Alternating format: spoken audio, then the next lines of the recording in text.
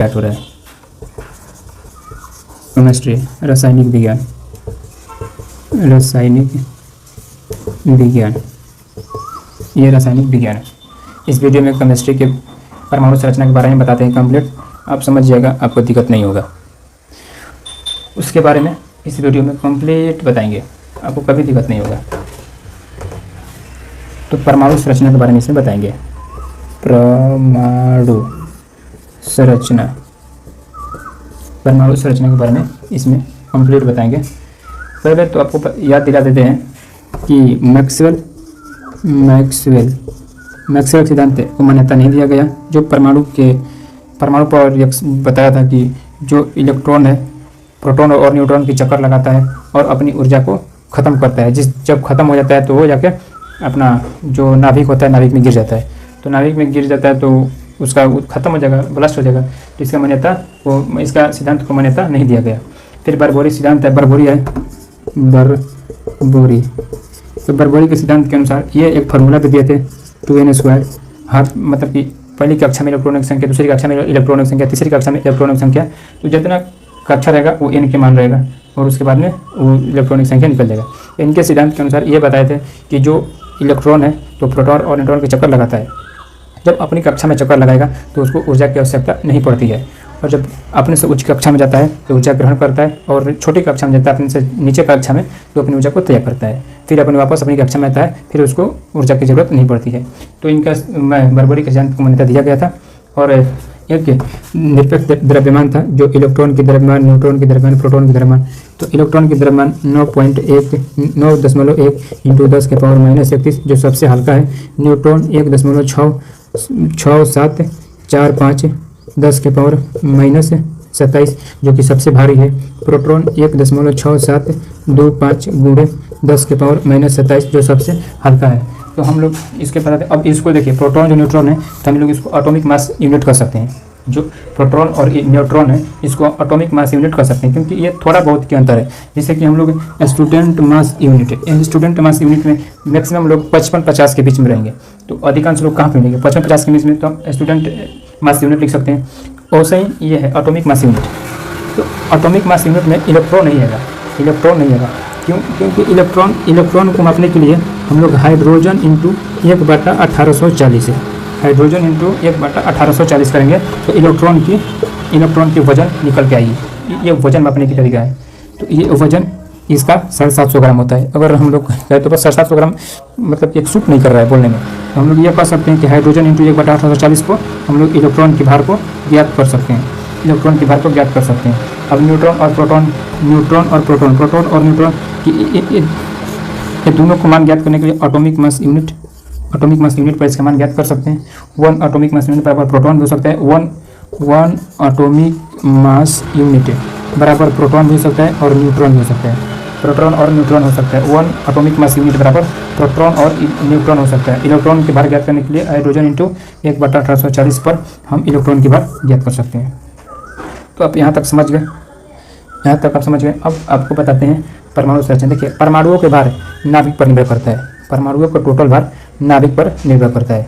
तो अब हम लोग आपको बताएंगे कि ये इलेक्ट्रॉन और न्यूट्रॉन और प्रोटॉन, जैसे कि ये जो क्रमांक होता है एटॉमिक नंबर, एक एटॉमिक नंबर क्या होता है? एटॉमिक नंबर जितना होता है वो क्रमांक होता है। और क्रमांक किस पर निर्भर करता है? तो प्रोटॉन और इलेक्ट्रॉन पर, न्यूट्रॉन पर नहीं करता है। क्योंकि न्यूट्रॉन एक होता है ऐसा मान कि प्रोटॉन के बराबर होता है। अगर प्रोटॉन से ज़्यादा हुआ है तो दिक्कत करता है, क्योंकि प्रोटॉन की बात को नहीं सुनता है, प्रोटॉन की बातों को इग्नोर करता है न्यूट्रॉन। क्योंकि जब ये मास होता है, एटॉमिक मास को हम लोग ए से दर्शाते हैं, और ये एटॉमिक नंबर को हम लोग जेड से दर्शाते हैं, ए से और जेड से। और बाकी प्रोटॉन और न्यूट्रॉन और इलेक्ट्रॉन, तो ये भार होता है। जो क्रमांक होता है वही प्रोटॉन संख्या और इलेक्ट्रॉन संख्या। तो ये एटॉमिक नंबर की जो संख्या होती है वो किस पर निर्भर करती है? ये भी पूछा था, किस पर निर्भर करती है? प्रोटॉन पर निर्भर करती है, बट इलेक्ट्रॉन पर भी निर्भर कर सकती थी, बट इसलिए नहीं करती थी क्योंकि जो इलेक्ट्रॉन है तो आपको बताए थे कि वो चक्कर लगाता है और कभी कभी बाहर चल जाता है, कभी बाहर से कुछ बुला लेता है, आदमी को, अपने दोस्त को बुला लेता है। तो आप लोग समझाएंगे उसको बढ़िया से, समझिएगा। क्यों बुलाता है, कैसे बुलाता है, उसको क्या बोलते हैं। तो पहले इसको हम मिटाते हैं, फिर इसके बारे में एटॉमिक नंबर और एटॉमिक मास के बारे में सुनाते हैं। प्रोटॉन, न्यूट्रॉन, इलेक्ट्रॉन, भार और क्रमांक क्या होता है। तो ये तो समझ गए, मैक्सवेल सिद्धांत फेल हुए, परवलयिक सिद्धांत को मान्यता दिया गया था। 2n² इसका फॉर्मूला है निकालने के लिए संख्या, जैसे कि पहली संख्या में इलेक्ट्रॉनों की संख्या ज्ञात करना है, इलेक्ट्रॉनों की संख्या ज्ञात करना है तो 2 × 1 स्क्वायर है। तो दूसरी संख्या में इलेक्ट्रॉन संख्या ज्ञात करना है 2 × 2 के पावर 2, 2 दूनी के 4, 2 दूनी के 8, दूसरी संख्या में इलेक्ट्रॉनों की संख्या 8, ऐसा हम लोग ज्ञात कर सकते हैं। इसका भार है, भार इलेक्ट्रॉन की भार कैसे ज्ञात करते हैं, तो हाइड्रोजन इंटू 1/840 पे इलेक्ट्रॉन की भार ज्ञात कर सकते हैं। प्रोटॉन और न्यूट्रॉन एटॉमिक मास यूनिट है, 1 एटॉमिक मास यूनिट बराबर प्रोटॉन न्यूट्रॉन दोनों का मैक्सिमम थोड़ा बहुत के अंतर है और इससे ज़्यादा कम होता है इलेक्ट्रॉन, इसलिए इसको हाइड्रोजन 1/840 पर इसका भार को ज्ञात कर सकते हैं।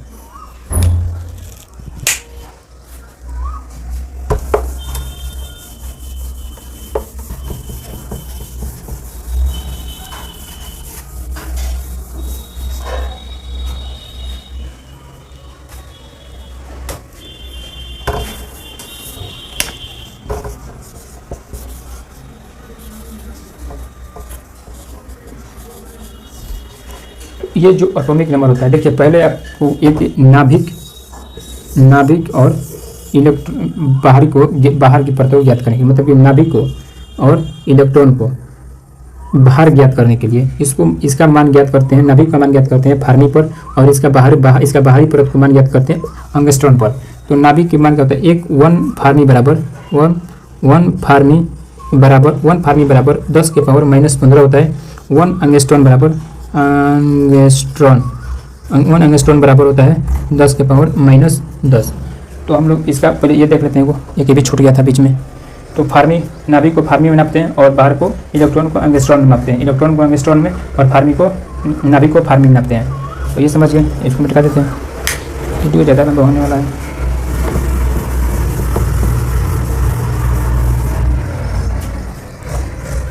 तो देखिए जैसे कि ये हाइड्रोजन हो गया, हाइड्रोजन 20 और ये 40। ये जो नीचे वाला होता है ना, ये क्रमांक होता है, ये जो नीचे वाला होता है ये क्रमांक होता है और ऊपर वाला जो होता है भार होता है। तो क्रमांक कितना है, क्रमांक को नंबर को कितने जा सकते हैं जेड से, तो क्रमांक कितना है 20। और जो क्रमांक है ये एटॉमिक नंबर है, ये किसकी संख्या होती है, तो इलेक्ट्रॉनों की संख्या और प्रोटॉनों की संख्या, दोनों की संख्या बराबर होती है, इसमें दोनों की संख्या बराबर होती है। तो इसमें भार कितना है 40, एटॉमिक मास 40 है, प्रोटॉन कितना है 20 है और इलेक्ट्रॉन कितना है 20 है। तो इलेक्ट्रॉन और प्रोटॉनों की संख्या एक ही होगा, क्योंकि एटॉमिक नंबर में इलेक्ट्रॉन और प्रोटॉन की संख्या दोनों बराबर होती है। तो जो क्रमांक होता है वही इलेक्ट्रॉन और प्रोटॉन की मान होता है, इलेक्ट्रॉन और प्रोटॉन की मान होता है। तो हम लोग एक आइसो इलेक्ट्रॉन पढ़ेंगे, तो उसके बारे में समझ आएंगे आइसो इलेक्ट्रॉन में क्या होता है, क्यों प्रोटॉन को मान्यता दिया गया, तो आइसो इलेक्ट्रॉन में स्वयं क्लियर हो जाएगा। तो ये जो होता है 40 भार होता है। और यही न्यूट्रॉन का मान कैसे ज्ञात करेंगे, न्यूट्रॉन का मान ज्ञात करने के लिए पहले भार से हम लोग क्रमांक को घटाएंगे, यानी कि भार है ए माइनस जेड को घटाएंगे। जैसे ए माइनस जेड को घटाएंगे तो इसका भी 20 होएगा। तो ठीक है, जो न्यूट्रॉन है वही प्रोटॉन है, तो प्रोटॉन के बराबर न्यूट्रॉन को होनी चाहिए, प्रोटॉन के बराबर न्यूट्रॉन की होनी चाहिए, प्रोटॉन और न्यूट्रॉन के मान बराबर होनी चाहिए। अगर इसका मान बेसी हो गया न्यूट्रॉन का तो दिक्कत हो जाएगा, कभी भी ब्लास्ट कर सकता है। देखते हैं, अभी बताएंगे उसको आगे, क्योंकि इसका मान बराबर होता है तो ठीक रहता है, ज़्यादा रहने से ये प्रोटॉन की बातों को इग्नोर कर देता है। तो न्यूट्रॉन की मान ज्ञात करने की समझ गए, जब न्यूट्रॉन की मान ज्ञात करने की समझ गए तो अब ज़्यादा फार्मूला बताने की जरूरत नहीं है, ज़्यादा एग्जाम्पल बताने की जरूरत नहीं है, क्योंकि एग्जाम्पल बताते ये लंबा हो जाएगा। तो अब आपको 3 चीज़ और बता देते हैं इसमें, 3 चीज़। एक होता है आइसो बार, एक आइसो बार बताएंगे, एक आइसो इलेक्ट्रॉन बताएंगे, आइसो न्यूट्रॉन बताएंगे, आइसो टॉप बताएंगे, आइसोटॉप, ये 3 चीज़ बताएंगे। आइसोटॉन समस्थानिक होता है, आइसोटॉप, आइसोटॉन और iso neutron, iso electron, isobar होता है, समबार होता है। आइसो न्यूट्रॉन, आइसो इलेक्ट्रॉन तो पता ही है। आइसोटॉप है, आइसोटॉप जो होता है वो नीचे की मान को बराबर करता है। जो ये हाइड्रोजन 20 और ऑक्सीजन 20 ये जो होता है आइसोटॉप हो गया, नीचे की मान बराबर रहेगा तो आइसोटॉप हो जाएगा। आइसोटॉन क्या होता है, जैसे कि आइसोटॉन में मान बराबर आवे, मान को बराबर आवे, तो आइसोटॉन और आइसो इलेक्ट्रॉन आइसोटॉन एक ही होता है, आइसोटॉन आइसो इलेक्ट्रॉन एक ही होता है।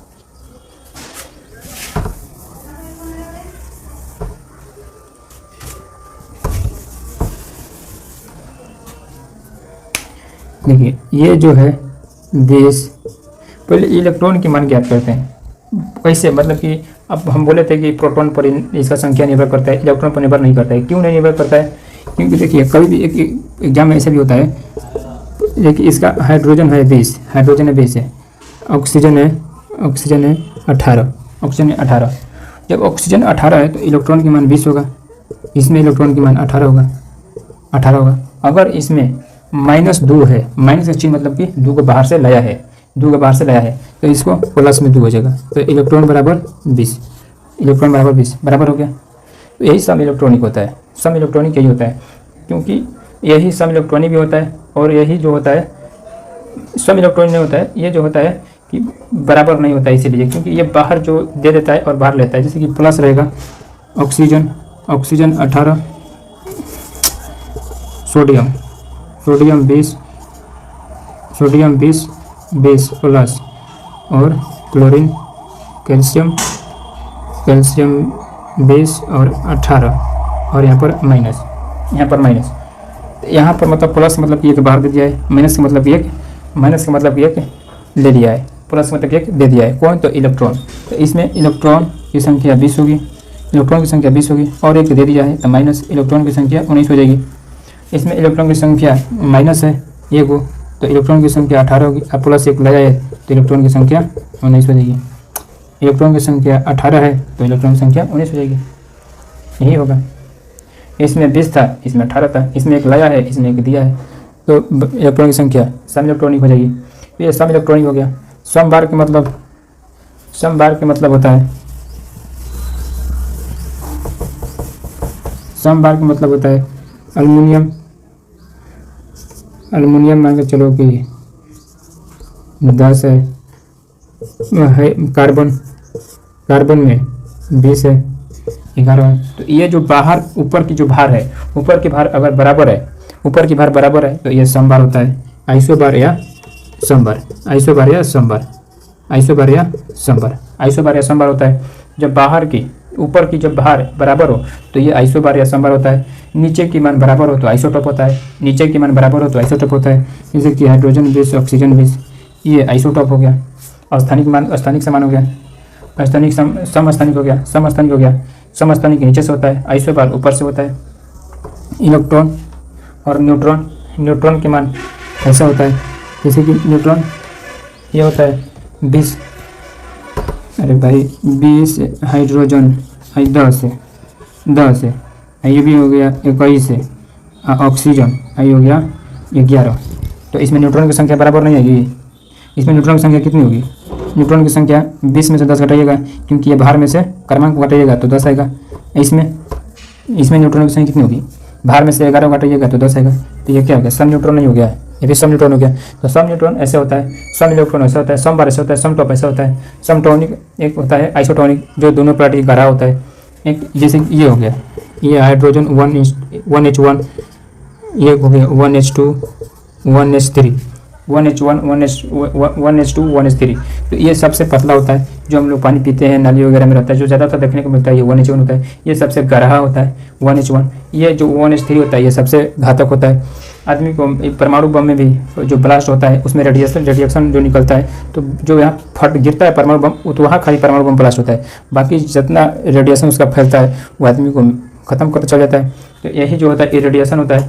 इसका जो पानी होता है, जैसे कि इसका सूखने के लिए लोग जब परमाणु होता है तो बोरी बिछा देता है। अब एथी वाला बोरी, जैसे कपास वाला जूट का जो बोरी होता है उस पर चिपक जाता है, उसी पर कुछ पेड़ पौधा होगा, वृक्ष होगा, फल वगैरह, तो वही लोग तोड़े खाते हैं। तो चाहते अंदर में जो परमाणु से मरा होता है, परमाणु बम के मतलब कि रेडिएशन से, उसको जलाने वाला, उसको देखने वाला भी मर जाता है, क्योंकि वो बड़ी तेज़ी से फैलता है। रेडिएशन जो होता है तेज़ी से फैलता है। तो ये जो 1H1 होता है ये सबसे अच्छा होता है, 1H2 सबसे ये गहरा होता है, और 1H3 ये भी सबसे गहरा होता है, लेकिन सबसे खतरनाक भी होता है।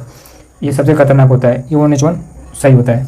तो 1H3 जो ऊपर न्यूट्रॉन की मान, देखिए इसमें न्यूट्रॉन की मान ज़्यादा आ गया। जब न्यूट्रॉन की मान प्रोटॉन की मान से अधिक आएगा तो वो बहुत ज़्यादा डेंजर होगा। अगर प्रोटॉन की मान से न्यूट्रॉन की मान बराबर रहेगा तो वो ज़्यादा घातक नहीं रहेगा। और घातक कब रहेगा? जब उसका मान बड़ा रहेगा, सबसे घातक रहेगा। तो यहाँ तक समझ गए आप लोग?